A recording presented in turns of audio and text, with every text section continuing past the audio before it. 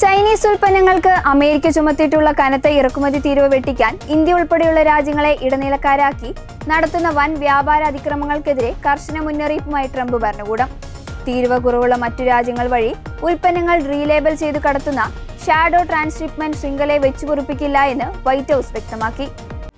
India, Canada, European union ഉൾപ്പെടെയുള്ള 40-ലധികം രാജ്യങ്ങൾ വഴിയാണ് ചൈന ഈ അനധികൃത വ്യാപാരം നടത്തുന്നതെന്ന് US ആരോപിക്കുന്നു. ഇത്തരം വ്യാപാര ക്രമക്കേടുകൾ കണ്ടെത്താൻ AI സാങ്കേതികവിദ്യ വിന്യസിക്കുമെന്നും വൈറ്റ് ഹൌസ് അറിയിച്ചു. ട്രംപ് ഭരണകൂടത്തിന്റെ വ്യാപാര ഉപദേഷ്ടാവായ പീറ്റർ നവാരോ തയ്യാറാക്കിയ പ്രത്യേക റിപ്പോർട്ടിലാണ് ചൈനയുടെ തട്ടിപ്പ് വിവരങ്ങൾ വിശദീകരിക്കുന്നത്. 2018-ൽ ട്രംപ് ഭരണകൂടം ചൈനയ്ക്കെതിരെ താരിഫുകൾ കർശനമാക്കിയതോടെയാണ് മറ്റ് രാജ്യങ്ങളിലൂടെ ഉൽപ്പന്നങ്ങൾ കടത്തുന്ന രീതി വ്യാപകമായത്. ചൈനയിൽ ഉൽപ്പാദിപ്പിക്കുന്ന സാധനങ്ങൾ ആദ്യം ഇന്ത്യ പോലുള്ള രാജ്യങ്ങളിലേക്ക് അയക്കുന്നു. അവിടെ വെച്ച് ലളിതമായ റീപാക്കിംഗ്, പുതിയ ലേബൽ പതിക്കൽ അല്ലെങ്കിൽ ബില്ലിംഗിൽ മാറ്റം വരുത്തൽ എന്നിവ നടത്തി മറ്റൊരു രാജ്യത്തിന്റെ ഉൽപ്പന്നമെന്ന വ്യാജേനെ അമേരിക്കയിലേക്ക് കയറ്റി അയക്കുന്നു.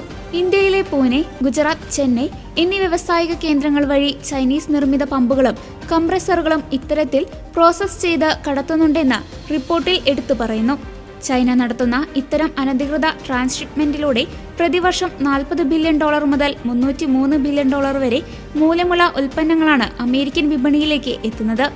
അമേരിക്കൻ നിർമ്മാതാക്കളെയും ആഭ്യന്തര വിപണിയെയും സംരക്ഷിക്കുന്നതിനായി വരും ദിവസങ്ങളിൽ ഇത്തരം തട്ടിപ്പുകളിൽ പങ്കാളികളാകുന്ന രാജ്യങ്ങൾക്കും കമ്പനികൾക്കുമെതിരെ കൂടുതൽ ഉപരോധങ്ങളും നിയന്ത്രണങ്ങളും ഏർപ്പെടുത്തിയേക്കും.